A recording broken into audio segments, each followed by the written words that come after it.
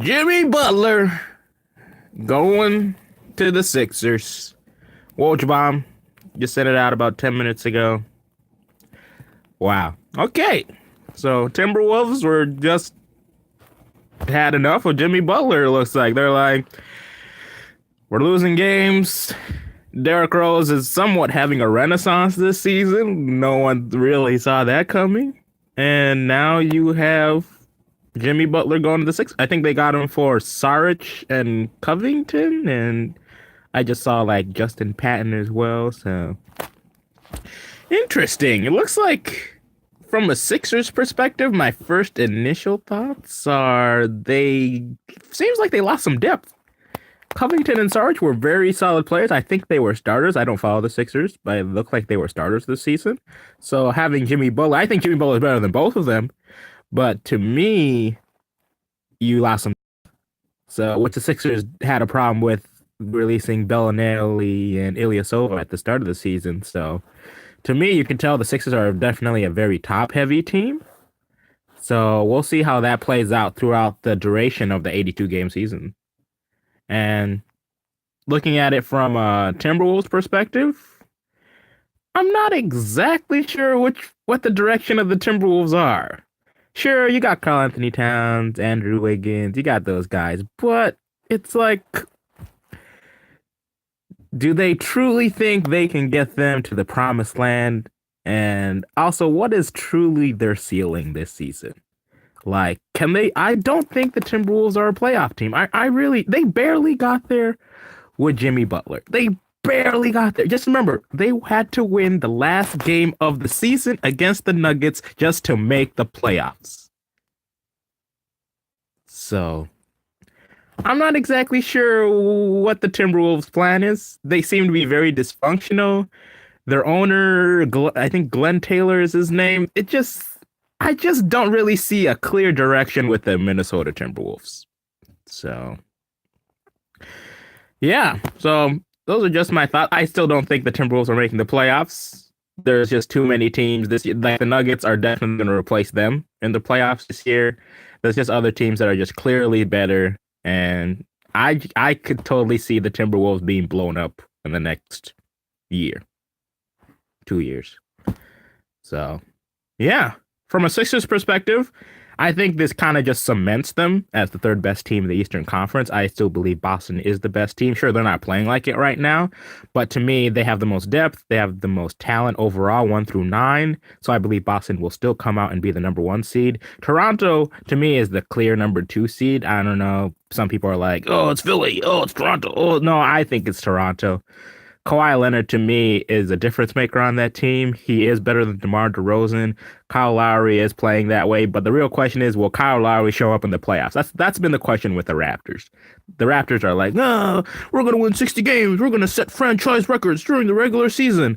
But are they going to show up when it really counts? But then you can be optimistic because, oh, LeBron's not there, so we're not going to get swept. So I still see a Celtics Raptors Eastern Conference Finals. The Sixers, yeah, you got Simmons, you got Embiid. Those are top players in this league. But like I said earlier, I still have questions about their overall depth of the roster. To me, this is just going to put a lot of pressure on Markelle Fultz. If Markelle Fultz does not play like he was the number 1 pick in the draft, I have a feeling they're going to consider moving him. With all the stories in the offseason about can the guy shoot? Is the guy really the best player? Should we have drafted Jason Tatum instead, who's killing it with the Celtics? I think Markelle Fultz, it's really on him to this is, to me, this is a prove it season. But it's like, oh my gosh, it's only his second year. How could this already be a prove it season? Well, when you're the number 1 pick, they expect you to do a lot of things. And to me, sure, you can think it's unfair to Markelle, being that he's going to have to really step up his game this year, but you realize to me, the Sixers are kind of like in a win now mode. So honestly, Markelle, he's got to show up. He just has to show up. So yeah, those who are watching right now, if you have any comments, any suggestions, what you guys think about the trade in general, you think if it hurts or helps both teams in this situation. But overall, like I said, I still see the Sixers as the third best team in the Eastern Conference right now. So if they played in the playoffs, it was like Toronto. Honestly, I could still see like the Raptors winning like in six or maybe seven, but I definitely don't see them beating the Celtics.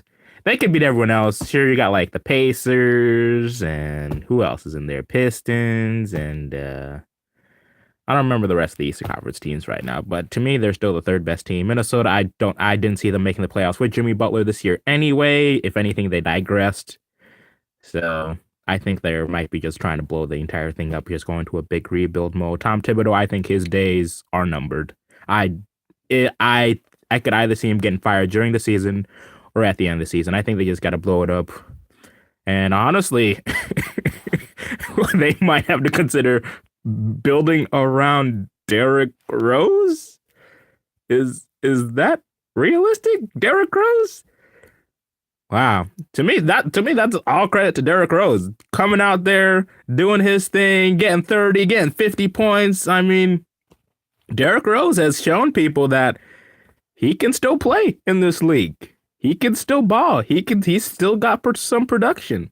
So, but the Carl Anthony, Andrew Wiggins situation, I think we're gonna find out now. Like, can they really take that next step? Because Towns hasn't really played that well to start the season. Wiggins has been okay, and the rest of their team, I just don't really love their roster in terms of really what their identity is as a team. I can't really tell you what their identity teams. Sure, Towns is like the franchise player. He should be the franchise player and is the best player on the team. But I don't know. It's just weird. Just like the Timberwolves were like kind of like that hot pick like 2 or 3 years ago. Even there was a survey with NBA GM saying, which player would you love to build your team around? Like 2 years ago, number one was Karl Anthony Towns. But if you ask NBA GMs today, their Anthony Towns is not even in the conversation.